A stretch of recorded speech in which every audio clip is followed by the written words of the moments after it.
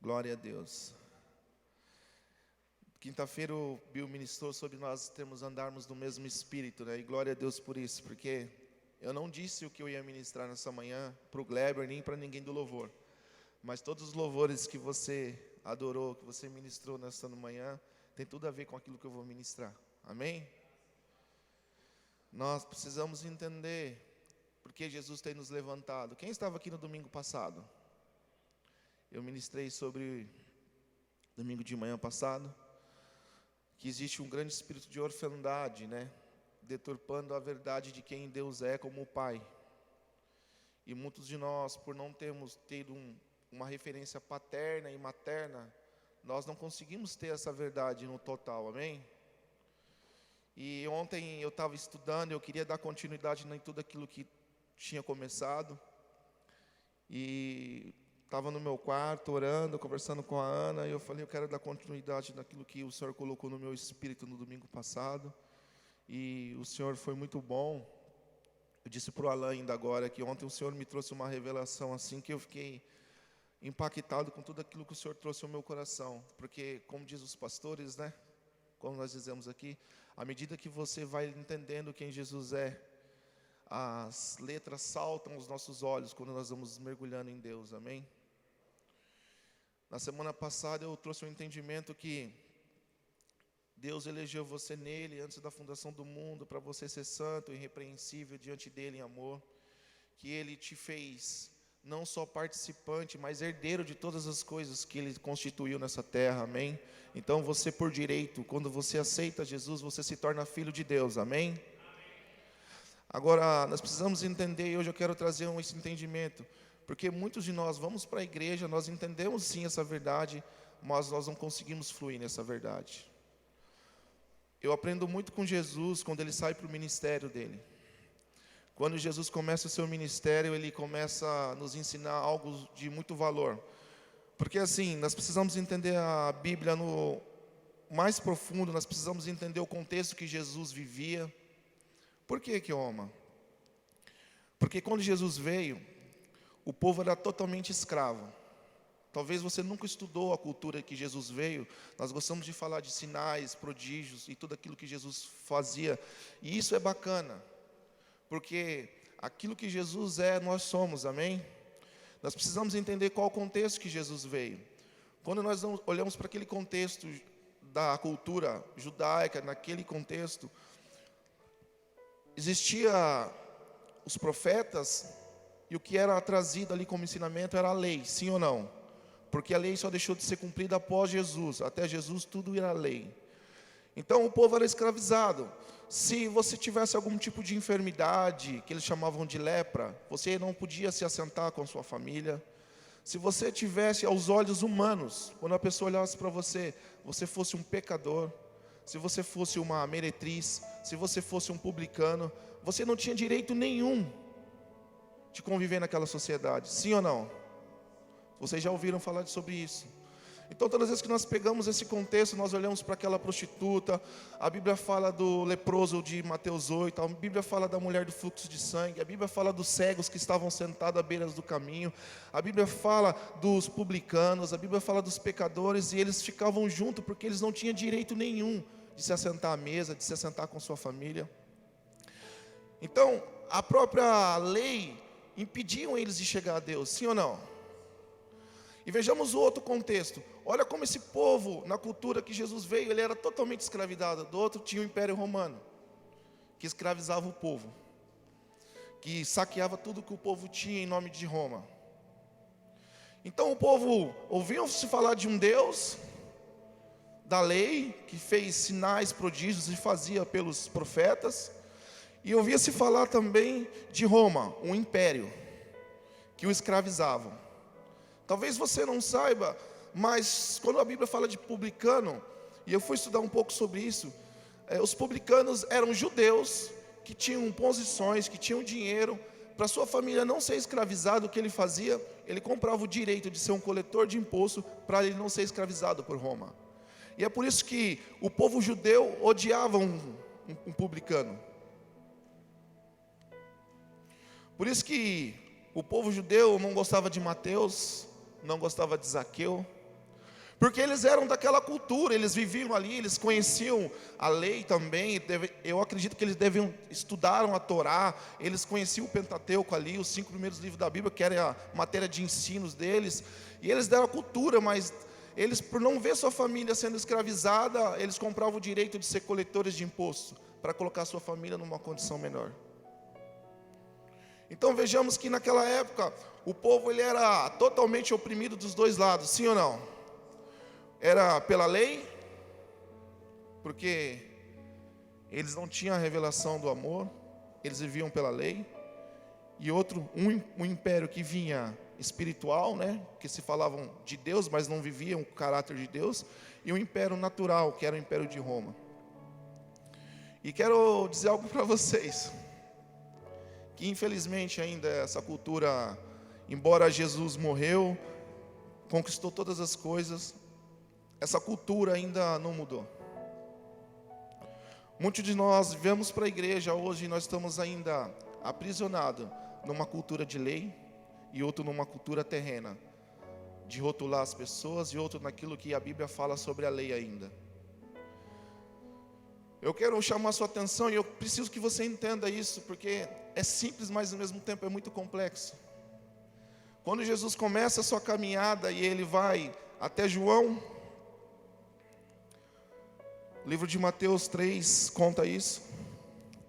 E ele chega ao Jordão para ser batizado por João Batista. E quando Jesus chega lá, João Batista diz assim: não sou digno de te batizar.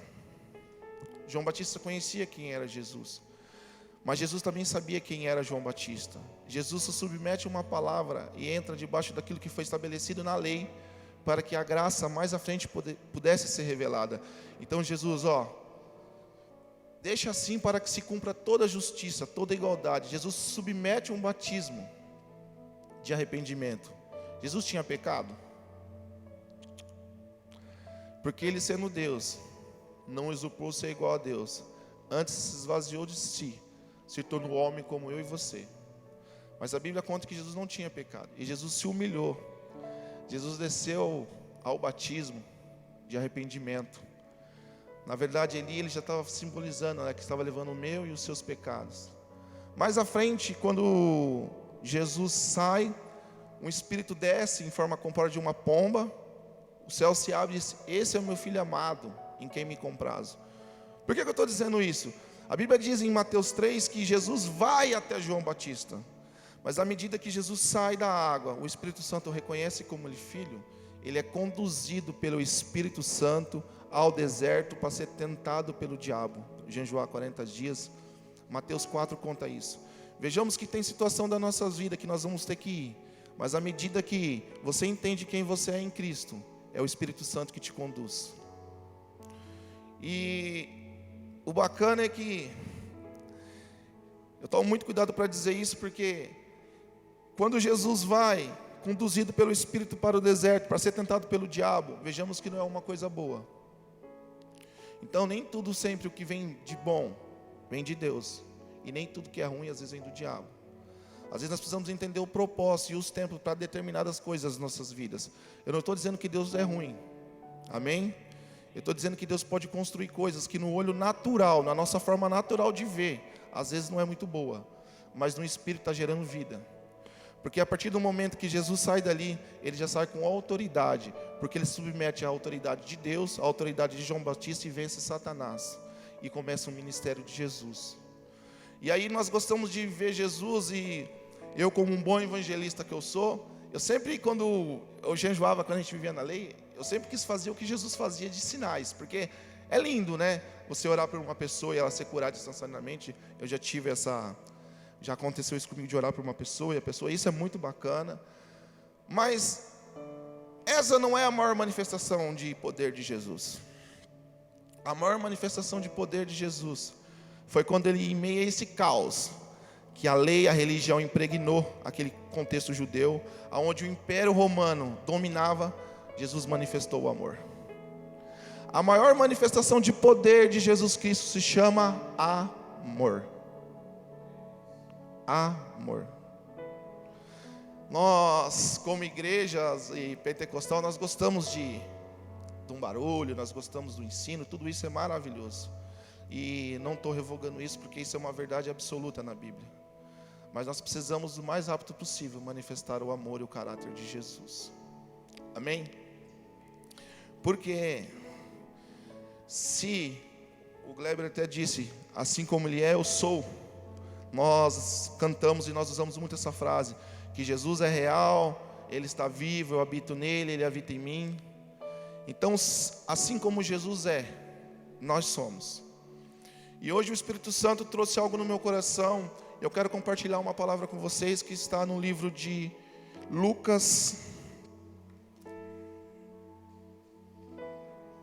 capítulo 18, versos 18. Eu quero, nesta manhã, pela graça do Espírito Santo, mostrar três situações que muitas das vezes nos impedem de ver quem nós somos em Jesus.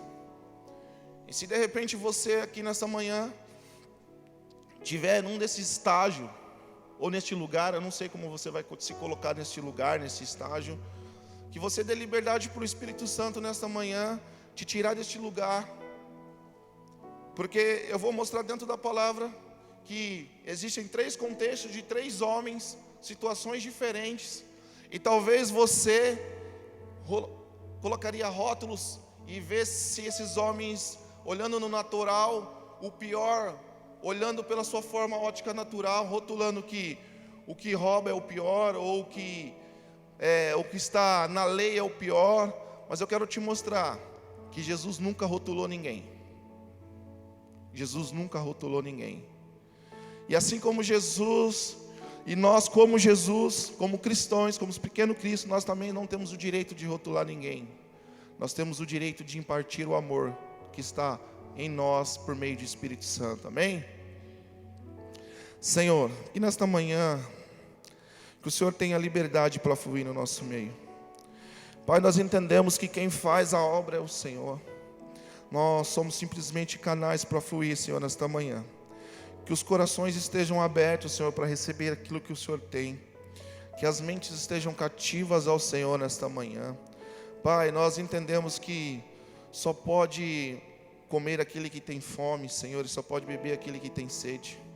Pai, que nesta noite a sua igreja esteja sedenta, Senhor, para receber um alimento espiritual, Pai. Que o Senhor possa matar a sede, Pai.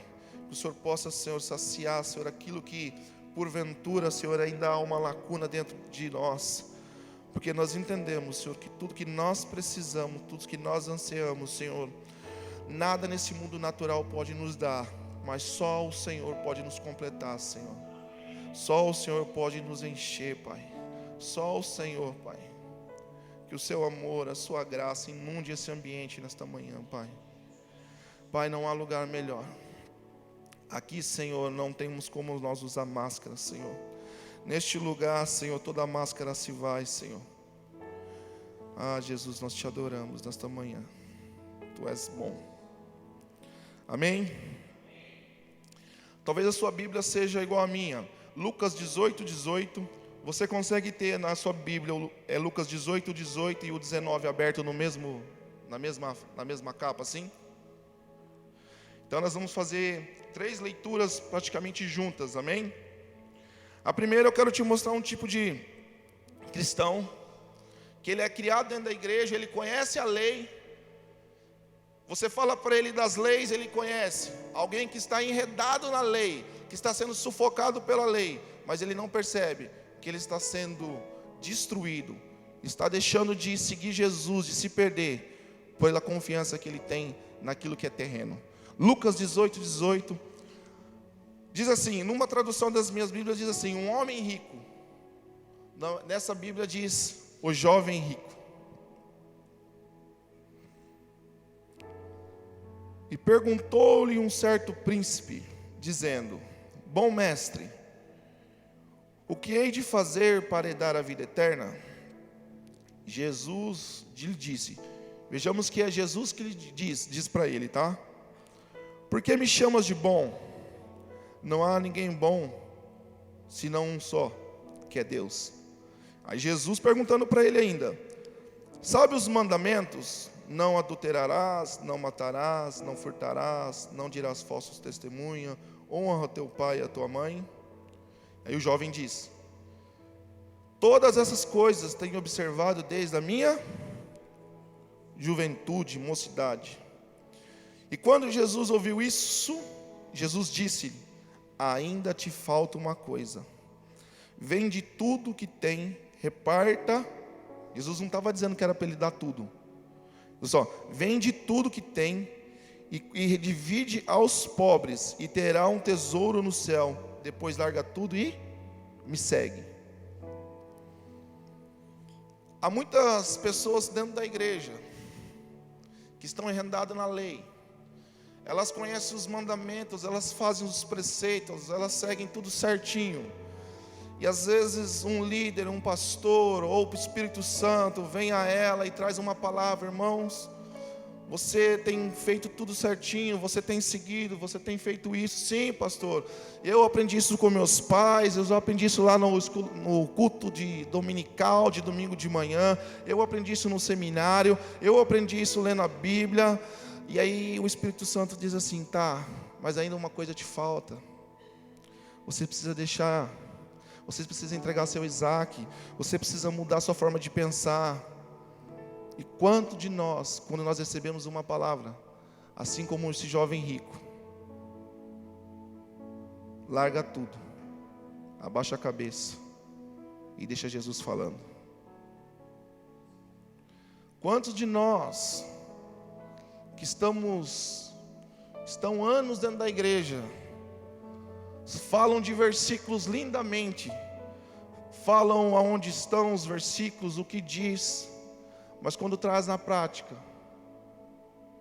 uma coisa te falta. Abaixa suas cabeças, deixam Jesus, o Espírito Santo, e vão-se embora. Vejamos que esse primeiro caso desse homem, ele vai até Jesus e ele fala: o que eu preciso fazer para dar um tesouro eterno? Vejamos que nessa tradução diz que ele era um homem rico, um jovem rico. Ele já tinha um tesouro natural. E Jesus, sabendo o que prendia ele de ir para uma eternidade, de viver, era o que ele tinha natural. Jesus diz o que para ele? Vende e reparta aos pobres. Talvez ele tenha faltado no segundo sermão do monte, quando Jesus diz que aonde estará o seu tesouro, aí está o seu coração. Porque nós precisamos entender que tanto esse homem rico, o próximo texto que eu vou ler, o cego de Jericó, depois nós vamos falar de Zaqueu, os três contextos, eles eram judeus, eles viviam naquele cotidiano, provavelmente eles já ouviam falar de Jesus e dos ensinamentos de Jesus. Talvez ele estava numa situação de algumas pessoas que, quando leem a Bíblia, Jesus fala com elas, ela pega aquele texto, me procura um líder, um pastor, e fala assim: cara, Jesus está dizendo aqui que isso é uma condenação para a minha vida, e eu faço, mas é assim mesmo. Irmão, você precisa deixar, não é outro caminho, mas é isso mesmo, irmãos. E aí a pessoa já não vem naquele próximo culto, já não vem naquele outro culto, e já não vem naquele culto, porque aquilo que ela precisava fazer era o tesouro que ela mais tinha de valor, que estava minado dentro do seu coração. E quando Jesus diz para ela assim: ó, você precisa deixar isso para você ter um tesouro eterno. E aí a pessoa se perde. Outro tipo de pessoa que a gente encontra dentro da igreja, que vem, Lucas 18:35. 3 homens num contexto tão perto, em seguidas.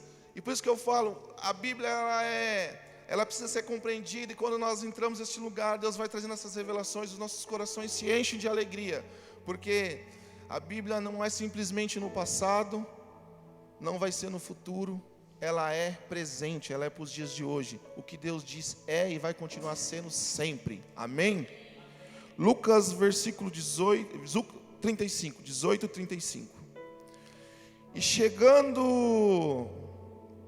E aconteceu que, chegando perto de Jericó, estava um cego assentado junto ao caminho, mendigando. E ouvindo passar a multidão, perguntou o que era aquilo. E disseram que era Jesus de Nazaré que passava. Então ele clamou dizendo: Jesus, filho de Davi, tende misericórdia de mim. Primeiro ponto que eu quero chamar a sua atenção. Esse cego, ele estava sentado à beira do caminho, ele ouviu uns barulhos, ele pergunta a alguém o que está acontecendo, e alguém diz assim para ele: é Jesus. Ninguém falou para ele que era Jesus, o filho de Davi. Algo que nós precisamos entender, se você ler a Bíblia você vai entender. Jesus, filho de Davi.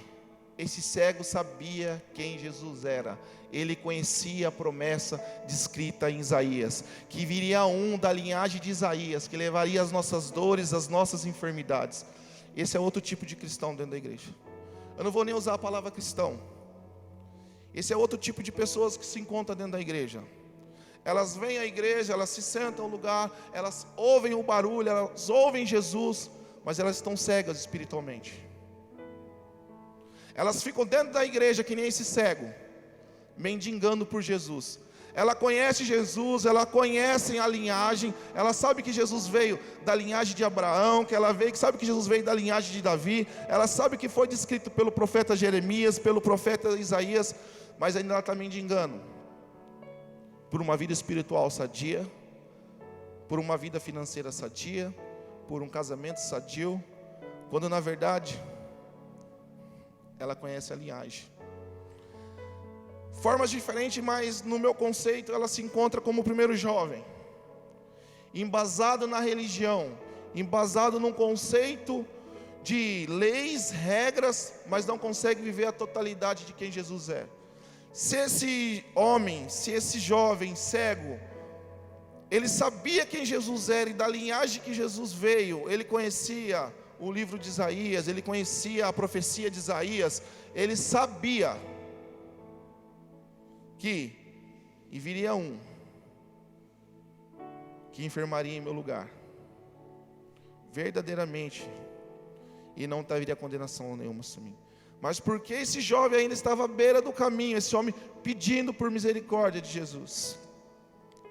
E mais bacana que parece quando você começa a trazer essa ótica, se você entrar comigo na leitura você vai entender, se você continuar. E então clamou dizendo: Jesus, filho de Davi, tende misericórdia de mim. No 40 diz assim: então Jesus parou, mandou que lhes trouxessem. Então Jesus perguntou dizendo: que queres que eu te faça? O cara era cego. Ele grita para Jesus: Jesus, filho de Davi. É como se Jesus dizia assim: por que você está me chamando? Você sabe quem eu sou. Aí ele fala: quero ver. Jesus simples fala assim: então, na sua Bíblia está assim: veja. Vejamos que Jesus não voltou, não falou de lei, não falou de amor. Jesus simplesmente liberou uma palavra: então veja. Porque naturalmente ele já sabia quem era Jesus, mas a condição de cegueira dele não deixava ele ver quem Jesus era. E quantos de nós estão assim dentro da igreja? Quantas pessoas estão assim dentro da igreja, nesses dois estágios? Um enredado na lei, salta às suas bocas versículos bíblicos de Velho, Novo Testamento, você vai conversar com ela, tudo ela sabe. Mas quando Jesus fala: cara, uma coisa te falta, você precisa deixar isso, ela baixa a cabeça, deixa Jesus. Outras é como esse jovem, esse cego, vem para a igreja, aceita Jesus, fica sentado, ele ouve o barulho, quem está vindo é Jesus, e o culto acontecendo é Jesus, e ele continua sentado, e aí ele sai daqui falando: Jesus não é tão bom assim. Tá, mas eu conheço, você não, eu conheço a minha família, eu vi que meu vizinho era cego, que não sei quem Jesus curou, Jesus fez, Jesus continua fazendo. E ele entra o culto pós-culto, pedindo para Jesus curar a sua família, para libertar o seu filho, para restaurar o seu casamento. E aí você vai conversar com ele, ele sabe de que linhagem Jesus é, ele sabe de onde Jesus veio e para que Jesus veio, e ele continua cego espiritualmente. Vejamos que nesse caso aqui Jesus não fez nada. Jesus só falou assim para ele: veja. Sabe qual é o grande problema da igreja? Ela espera ainda muita manifestação, quando na verdade, Jesus diz assim para você: o que você precisa ver? O que você quer ver? Simplesmente ver. Ontem à noite, conversando com a pastora, e eu não sei se eu posso falar isso, mas eu vou falar.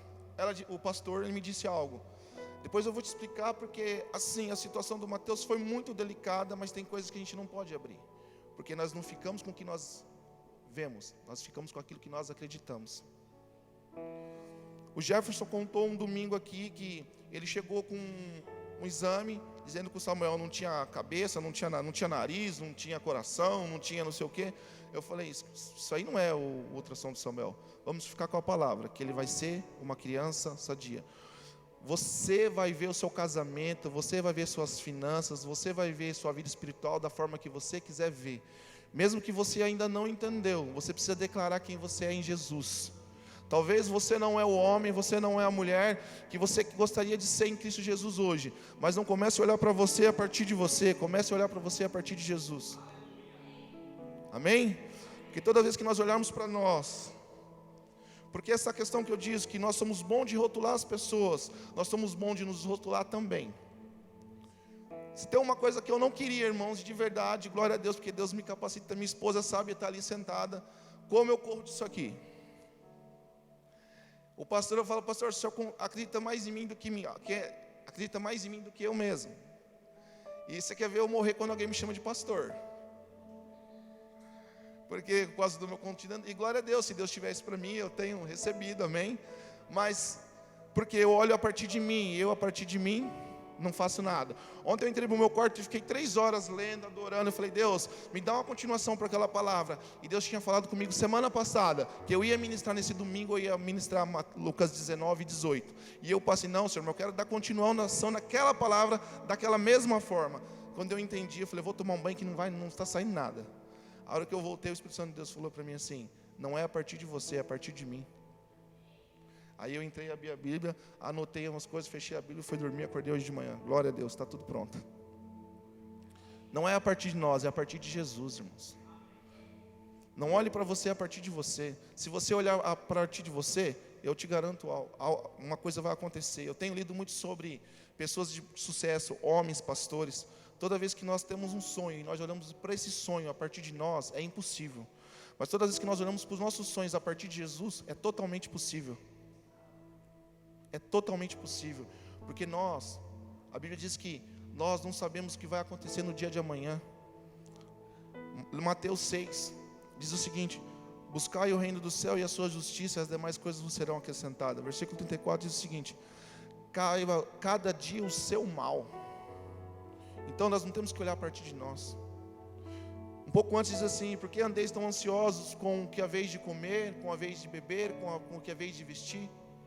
Não valeis vós muito mais que os pássaros, que não plantam, não cegam, não fiam? Olhai os lírios do campo, nem Salomão se vestiu com tamanha glória. Mas nós olhamos para nós a partir de nós, e nós olhamos para nós e nós queremos caminhar pela força do nosso braço. Aí eu te garanto, não é a sua faculdade que vai te fazer bem sucedido, não é o seu trabalho que vai te fazer bem sucedido, não é a sua conta monetária que vai fazer bem sucedido, não é o seu casamento, é Jesus. Tem muitas pessoas que estão casando e fazendo festas lindas, maravilhosas, e você olha para o casamento no dia, é maravilhoso, mas quando chega o primeiro ano de casamento, é uma desgraça, porque tudo que ela tinha, ela embasou naquela linda festa de casamento, que a partir daquela festa, ela entraria no conto de fada, e o casamento não parte a partir dali, parte a partir de Jesus. Sua vida financeira não parte a partir do seu trabalho, parte a partir de Jesus. Sua vida espiritual então nem se fala, né? Porque não tem como você ser espiritual se você não tiver em Jesus. Então, nós temos que parar de olhar as coisas e ver naturalmente. Nós precisamos começar a ver tudo espiritualmente. É lógico que tem gente que quer espiritualizar as coisas de uma forma muito grande, mas tudo que nós fazemos é espiritual. Quando eu olho para esse texto, e eu já ministrei esse texto de Lucas 18, já ministrei o texto de Zaqueu de outra forma, sempre atentando para o jovem rico. Hoje eu quero mostrar a situação do jovem rico. Vocês estão entendendo? Alguém que conhecia, ele afirma, Jesus fala, sabe os mandamentos? Ele fala, sei, eu pratico isso. Jesus falou: uma coisa te falta. Na minha outra tradução, da minha Bíblia, diz assim, que ele abaixou a cabeça e deixou Jesus e foi-se embora.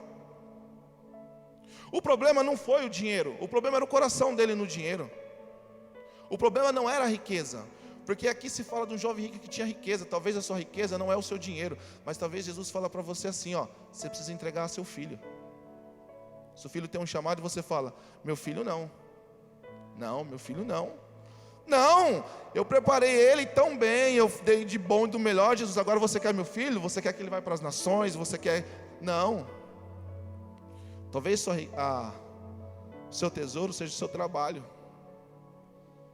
Talvez seu tesouro seja o seu ministério. Aí Deus vai tratar com cada um particularmente, porque necessariamente fala que era um jovem rico, que era muito rico. Dá para entender que fala de riqueza. Talvez a sua riqueza, aquilo que você tem de maior, não está fisicamente no monetário, mas está de algo que você tem colocado acima de Jesus. Jesus está falando para ele: entrega. Agora, o terceiro caso. Nós gostamos de falar, nós aprendemos a cantar aquela música de Zaqueu, né? Entra na minha casa, entra na minha vida. Quantos aqui sabem o que significa Zaqueu? Alguém sabe o que significa Zaqueu? Uau, irmãos, ontem eu lendo e eu compartilhando com a minha esposa. Ela não é só minha esposa, eu falo que ela é o Espírito Santo. Ela falou assim: nossa, que lindo isso. E eu montando, eu falei: amor, vou ministrar isso. Falei para ela. Ela falou: você já parou para pesquisar o que significa Zaqueu? Eu falei: não. Entrei na Bíblia, no hebraico, fui procurar o que significa Zaqueu. Sabe, eu vou falar, cara, vocês vão entender algo agora nós somos bons de rotular o povo. Zaqueu, nesse cotidiano, quando nós lemos aqui o versículo 18 diz assim, no título está assim: um jovem rico. No 35 diz: o cego de Jericó. No 19 diz Zaqueu, ou publicano. Sabe que é algo que me chama a atenção? Zaqueu, primeira coisa que vem, um nome. Fala de quê? Identidade. Sabe o que significa Zaqueu? Oh, Jesus, tu és lindo. Zaqueu no hebraico significa puro, inocente, inocente por natureza. Quando nós olhamos para Zaqueu, talvez nessa situação do jovem rico, um jovem que fazia tudo certo e faltava uma coisa. Aí você fala: nossa, ele conhecia, falta uma coisa. Quantos de nós não queriam encontrar Jesus? Jesus fala assim: ó, falta uma coisa, Jefferson, para você dar a vida eterna. Nossa, talvez não, mas se Jesus aparecesse para Andressa: Andressa, falta uma coisa. Ela deixaria rápido e falava: não, Jesus, eu vou viver a vida eterna com você. Talvez nós olhamos para o cego de Jericó e vemos ele também numa situação que ele não teve culpa, e ele estava ali cego, à beira do caminho, mendigando, pedindo os favores de Deus.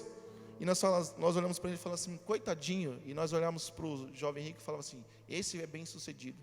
Mas quando nós olhamos para Lucas 19, nós vemos um ladrão. Sim ou não? Quando fala de Zaqueu, o que você vê?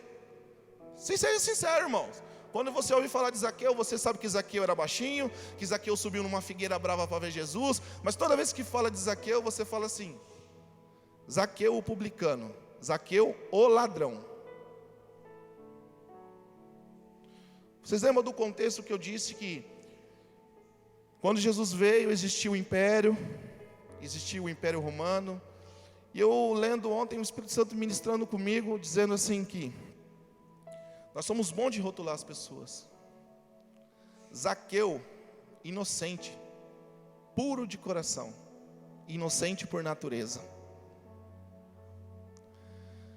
Quando Zaqueu pegou aquele direito de ser coletor de imposto, talvez ele não tinha nada mais a fazer, talvez a família dele estava sendo escravizada, e ele pegou aquele direito de coletar imposto para colocar sua família num lugar melhor. Eu quero mostrar para vocês que aquilo que o jovem rico e o cego de Jericó buscava, o que nós chamamos de pecador, encontrou com Jesus. Encontrou em Jesus.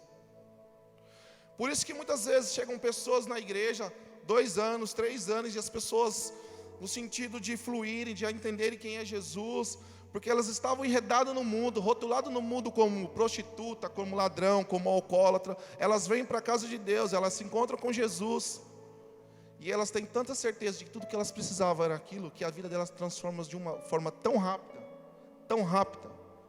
E às vezes as pessoas estão andando dentro da igreja, orando por restauração de casamento, e aquela pessoa chegou separada, divorciada, abusada, e ela entende quem Jesus é, e Jesus restaura toda a vida dela. Não tem a ver com o que você faz, tem a ver com quem Jesus é. Lucas 19. Jesus, obrigado por esse tempo. E tendo Jesus entrado em Jericó, eis que havia ali um homem, chamado Zaqueu. Vejamos que nos 2 textos anteriores, eles não têm nome. É um jovem rico e um cego de Jericó. Esse já, a tradução já traz como um homem chamado Zaqueu, alguém que tinha identidade. E esse era chefe dos publicanos, e ele era rico. Vamos entender algo?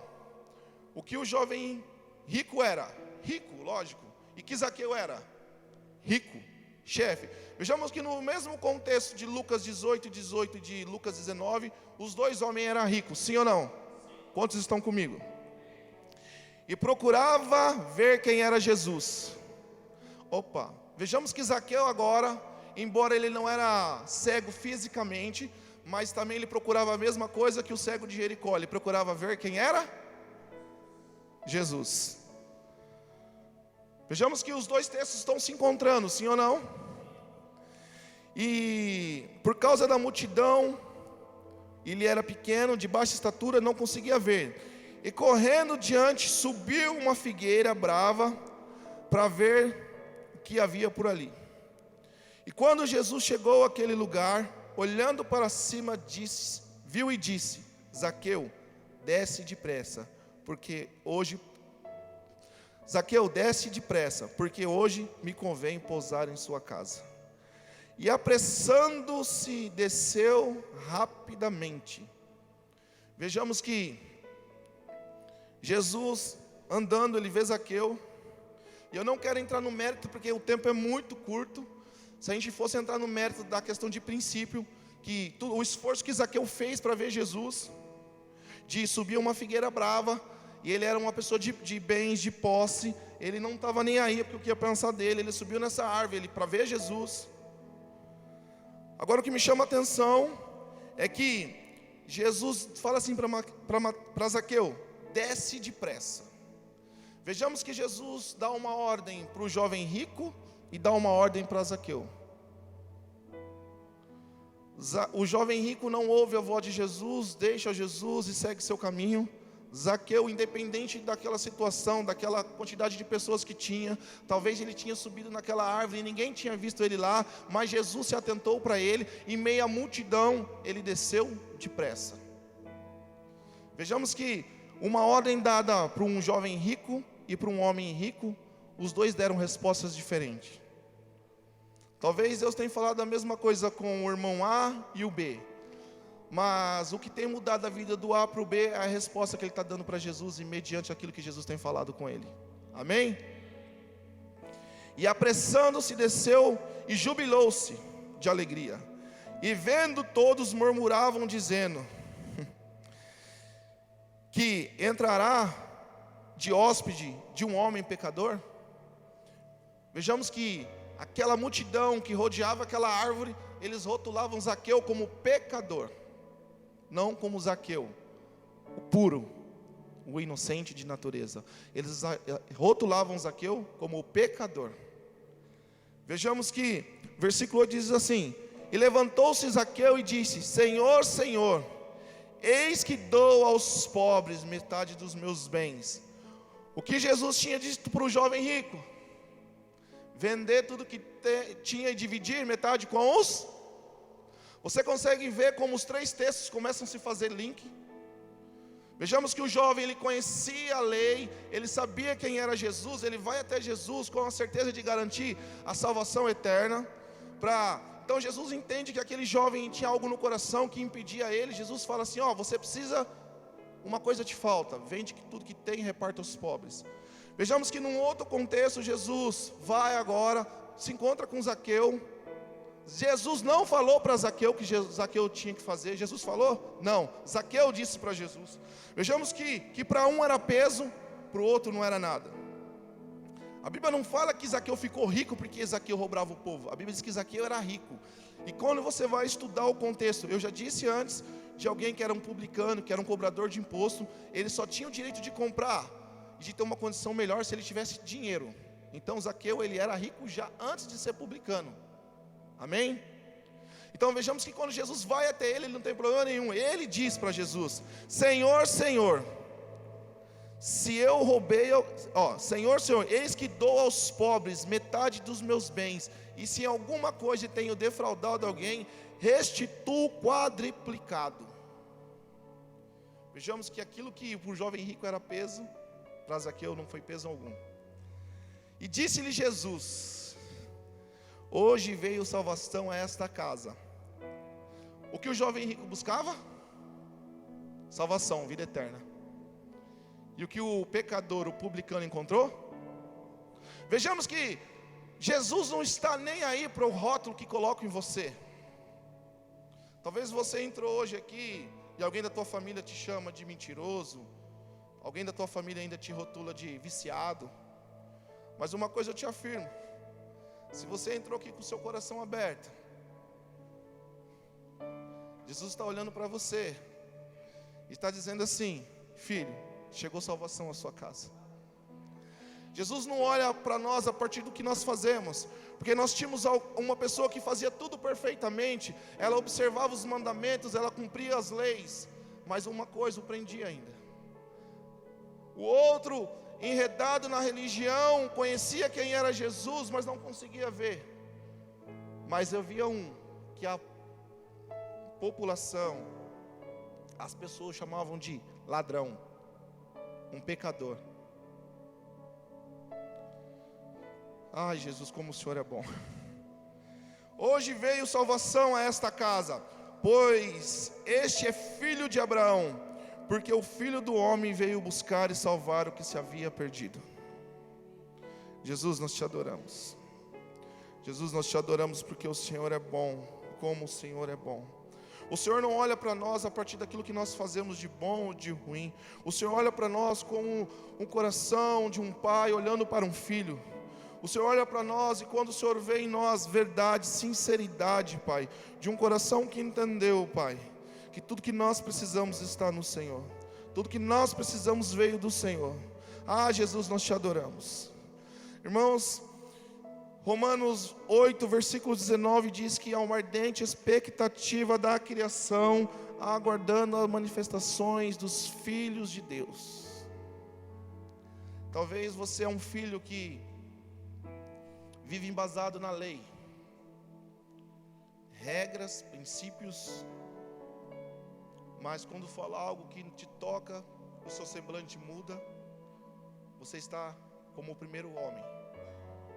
Talvez o seu estágio seja como o segundo, dentro da igreja, ouvindo falar de Jesus, conhecendo quem Jesus é, o que Jesus pode fazer, o que Jesus fez e o que Jesus é, e o que Ele pode fazer para a sua família, para a sua casa. E talvez você se encontre como Zaqueu. As pessoas, mas você vai na igreja de novo. Eu entendo porque você está perdendo tempo com isso. Aliás, você não é digno porque você fez isso, porque você fez aquilo. Mas quando você chega à casa de Deus, você tem o mesmo coração que Zaqueu tinha para encontrar Jesus. Você não mede esforço para se encontrar com Jesus. Você não está nem aí porque vão pensar de você.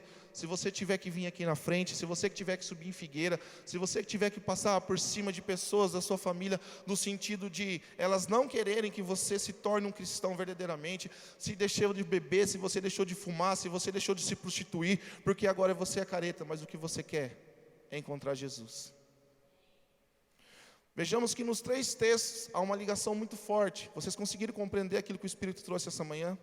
há uma ligação muito forte de homens que desejavam no mesmo intento, no mesmo coração, um buscar cura espiritual, física, o outro buscar salvação eterna. E os dois que conheciam Jesus viviam numa condição terrena, presa. Mas existia um que estava preso numa condição terrena, mas seu coração não estava lá. Seu coração estava em Jesus. O seu coração ansiava por Jesus. Sabe quando nós entendemos isso? Aquele louvor que o Gleber cantou, que quando nós entendemos quem Jesus é, quando você chega neste lugar, toda a máscara se vai. O seu amor nos satisfaz. Eu me sinto tão bem. Esse sentimento que nós temos que ter como igreja, de entender o que Jesus tem para nós. Sabe, Kioma, mas é fácil vocês falarem que estão numa posição de liderança. Não, irmão, não é fácil. Domingo, sem eu saber de nada, o que ia acontecer. Todos os domingos nós chegamos às 6 horas, nós nos reunimos aqui, todos que servem na casa, 40, 60, 80 pessoas às vezes. Nós temos um tempo de oração. E eu compartilhei algo que eu aprendi com o irmão Marquinhos, que Paulo, ele usa muito um texto, uma palavra escrito perseverança. Perseverança. Quando Jesus morre e ressuscita, começa em Atos dos Apóstolos. A palavra Atos é Atos mesmo. Começaram os sinais, prodígios, a partir dos Atos dos Apóstolos. Então talvez você não saiba, o livro Atos dos Apóstolos significa ato, algo que os apóstolos faziam, ato de fazer, isso mesmo. Então, vejamos que a igreja começou a crescer. E à medida que a igreja crescia, um dos apóstolos dá um ensinamento, que é um texto base da nossa igreja, Atos 2, 42. E perseveravam eles na doutrina dos apóstolos, na comunhão, no partir do pão e na oração. Eu quero me atentar no começo da frase.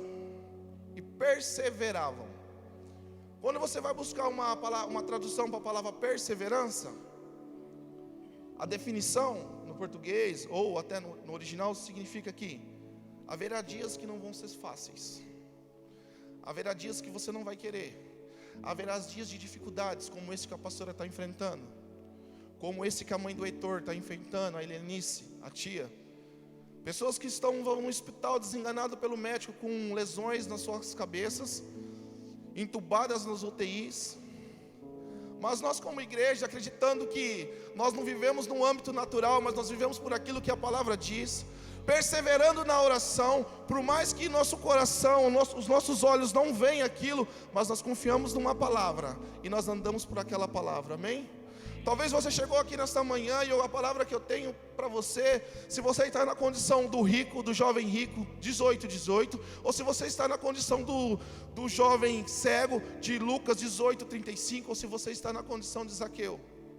Eu não sei qual é a sua condição, se as pessoas estão te rotulando, se você está cego espiritualmente, ou se você está preso na religiosidade. Mas algo que eu tenho para dizer, algo que tem mudado a minha vida, eu tenho certeza que é uma chave para mudar a sua vida. Se desligue de tudo que é natural e se encontre com Jesus como Zaqueu fez. E perseveravam na doutrina, no ensino. A palavra perseverança, haverá dias que não vai ser fácil, haverá dias que vão se levantar situações. Eu disse aqui no domingo, o Marquinhos indo levar a esposa, o carro bateu, é a única coisa de valor que ele tinha. Ele me ligou, e agora, cara, eu não tenho mais nada, a única coisa que eu tinha era um carro de 7 mil, o carro deu perca total. Cara, mesmo assim, ainda você continua com Jesus. E ele me disse, cara, eu tenho que perseverar, porque eu me casei agora, pagando minhas contas, e a gente tinha esse corsinho que a gente tinha ganhado, mas não é o final, é o começo, glória a Deus. A Monize indo trabalhar, um bueiro estourou, bateu no carro, perca total. Situações diferentes que acontecem no nosso cotidiano, perca total no carro. Eu disse para ela domingo, e persevera. Eu sei que é difícil para um trabalhador comprar um carro, às vezes 36 meses, faz um financiamento, faz um consórcio, o carro sai, você fica feliz e de repente você vê tudo perdido. Talvez o seu problema não é material, talvez o seu problema é familiar, um parente doente, o seu marido está nas drogas, seu marido está no álcool, e você olha para ele e você lembra do seu pai, lembra do seu tio, lembra talvez de alguém que você perdeu, que estava enredado na bebida. E o que você tem para dizer? Persevere. Talvez o seu problema não é nenhum desses três. Talvez o seu problema é espiritual. Você não consegue se livrar, você não consegue vencer tudo aquilo que Jesus tem, porque você ainda está preso no seu passado. Porque abusaram de você, porque judiaram de você, fizeram mal para o seu corpo terreno, e você ainda não entendeu que você não é essa matéria, mas você é um espírito. E fizeram mal para o seu corpo, mas não para o seu espírito. Talvez você ainda está preso lá na sua infância, quando seu pai espancava sua mãe, te espancava. Mas eu preciso dizer algo: você não partiu de lá, você partiu de Jesus. Você partiu da eternidade. Talvez essas três situações que o Espírito trouxe aos nossos corações tenham te paralisado, tenham te arredado, e você não consegue entender o que Jesus tem para você. Cara, sabe o que Jesus tem para você? Sabe o que Jesus tem para a sua vida, para a sua família, para a sua casa? Abundância. Jesus foi morto, foi entregue. Ele não brigou, ele não gritou. Ele foi no meu e no seu lugar, nos deu um lugar juntamente com o Pai, para que hoje nós possamos ter essa certeza de tudo que a Bíblia diz é. O seu casamento é restaurado, a sua finança é restaurada, a sua vida espiritual é restaurada por meio de Jesus. Pai, nós entendemos que tudo que nós precisamos está no Senhor. Deus, tudo que nós precisamos está no Senhor. Tudo que nós precisamos está no Senhor. Tudo que nós precisamos vem do Senhor. Tem um texto que me veio à mente agora, que o Senhor diz que as dificuldades podem se instalar, mas contudo nós somos renovados. Coríntios, 2 Coríntios 4, versículo 16. Eu compartilhei essa palavra na sexta-feira na oração. Nós precisamos perseverar em Jesus. Nós não podemos ser como aquele jovem rico que, mediante uma situação, baixe a cabeça e deixe Jesus e siga o seu caminho. Nós não podemos ser como aquele jovem que se senta à beira do caminho, conhecendo quem é Jesus, e fica mendigando: Jesus, filho de Davi, tende misericórdia de mim. Quando ele conhecia Jesus na origem, ele sabia que Jesus era da linhagem de Davi. Ele sabia por que Jesus veio e qual era o propósito do Messias. 2 Coríntios, versículo 4, capítulo 16, diz assim: por isso não desfalecemos, ainda que o nosso homem exterior se corrompa, o interior, contudo, se renova dia após dia. Porque a nossa leve e momentânea tribulação produz para nós um peso eterno de glória, de muita excelência. Talvez o que você tem passado, as dores que você tem sofrido, ela é momentânea. Sabe quando a Bíblia diz que o choro dura uma noite, mas a alegria vem pela manhã? Talvez o seu dia, a sua noite não foi bacana, mas contudo o seu homem espiritual se renova toda manhã. Ele se renova toda manhã. Fique-se de pé, coloque-se de pé, por favor. Pai, nós adoramos o seu nome. Nós adoramos o seu nome, Jesus. Nós adoramos o seu nome. Deus, tudo que nós precisamos está no Senhor. Tudo que nós precisamos veio e é do Senhor. Pai, no Senhor não há ausência em casamento. No Senhor não há ausências nas finanças, nas nossas vidas espirituais. O Senhor é tudo que nós precisamos, Senhor. O Senhor se tornou pecado, Senhor, para que nós fossemos a justiça do Senhor nessa terra.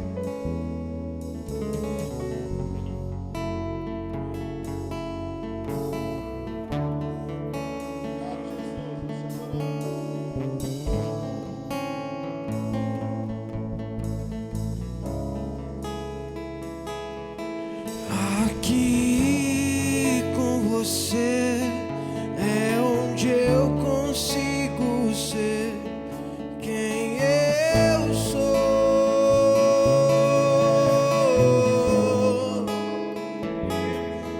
Toda máscara se vai, o seu amor me satisfaz.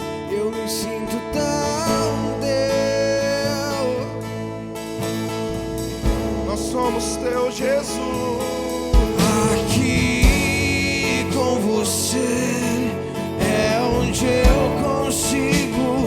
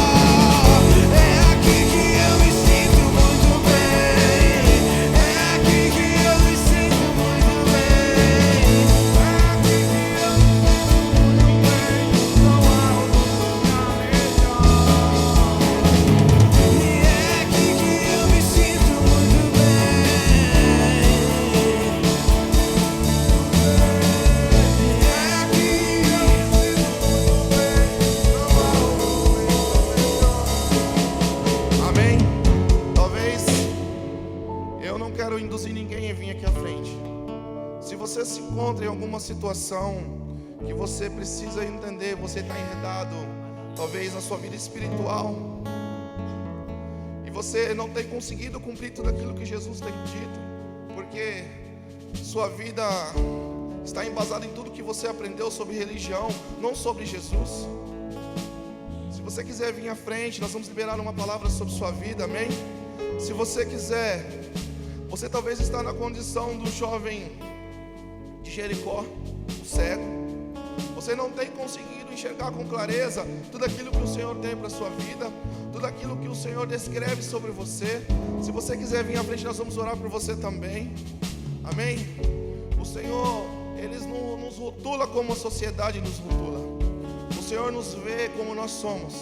Talvez o que falta para você agora é você se colocar na condição de Zaqueu. Não se importar com quem está do seu lado, não olhar para a sua condição espiritual ou social, se você é maior ou menor com quem está ministrando, se tem algum pastor aqui. Sabe por que eu digo isso? Na quinta-feira, o pastor Bill liberou uma palavra aqui, e eu, na condição de líder, como eu aprendi com o meu pastor, se a palavra foi para mim, eu vim aqui à frente, recebi, fui para o apelo, e glória a Deus por isso. Hoje eu estou ministrando. Não é algo em mim, mas é algo em Jesus que pode fazer e transformar a vida de vocês, amém? Se você talvez encontre neste lugar, cara, faça como Zaqueu, saia do seu lugar. Não esteja nem aí o que vão pensar de você. Não fique nem aí que vão olhar e vão falar. Ah, mas eu tenho um título, eu tenho um rótulo, eu sou da música, eu sou da dança, eu sou pastor, eu sou evangelista. Cara, Jesus não está nem aí para o que vão falar de você. Jesus quer salvar você e sua casa, assim como Ele fez com Zaqueu. Talvez o que tem te prendido é a sua forma de olhar para as coisas e olhar que o natural é maior que o espiritual, e não é. Porque maior é o que está em nós do que está no mundo. E o que está em nós, veio habitar em nós, é o Espírito Santo de Deus. E Ele nos dá a condição de ser maior que este mundo. Ei, Jesus, nós adoramos o Seu nome.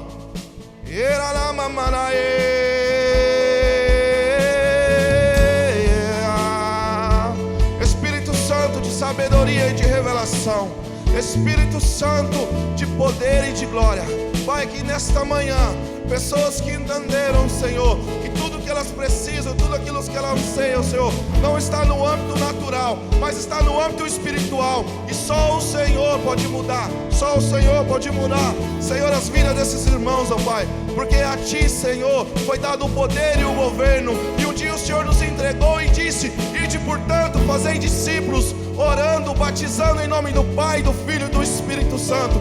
Assim como o Senhor é, nós somos, Senhor. E mediante isso, Senhor, nós liberamos uma palavra de vida agora, Pai, sobre a vida dos nossos irmãos, Senhor.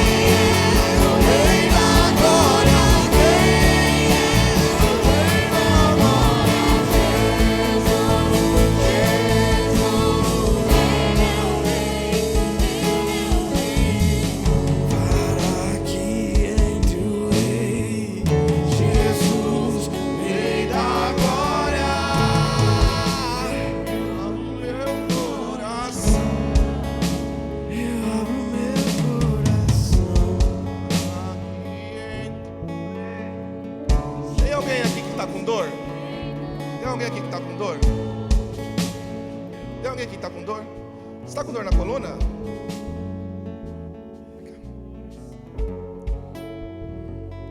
Jesus, assim como o Senhor é, nós somos. Nós entendemos que a maior manifestação do Senhor foi o amor, e o amor levava o Senhor a curar as pessoas, ó Pai. Em nome de Jesus agora, Pai, nós liberamos uma palavra sobre a vida dessa irmã, Senhor. Nós não aceitamos nada que não venha do Senhor neste lugar, Pai. Agora em nome de Jesus, Pai, em nome de Jesus agora, em nome de Jesus agora, Senhor, nós como autoridade do Senhor, estabelecida pelo Senhor, nós liberamos uma palavra agora.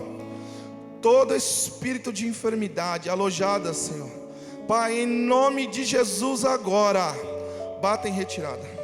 Pai, a Tua palavra diz que verdadeiramente o Senhor levou sobre si as nossas dores e as nossas enfermidades. O castigo que estava sobre nós o Senhor levou, e pelas Suas pisaduras nós somos sarados. Sarados, ó Pai, em nome de Jesus agora. Pai, nós liberamos uma palavra de vida agora. Vida agora, Senhor, sobre o corpo dela, Senhor. Vida agora, Senhor. Vida agora, Senhor. Toca, Senhor, com Suas mãos poderosas, Senhor. Pai, nós cremos no milagre, Senhor. Assim como o Senhor tem feito na vida do irmão. Assim como o Senhor tem feito. Pai, que esta irmã, Senhor, simplesmente...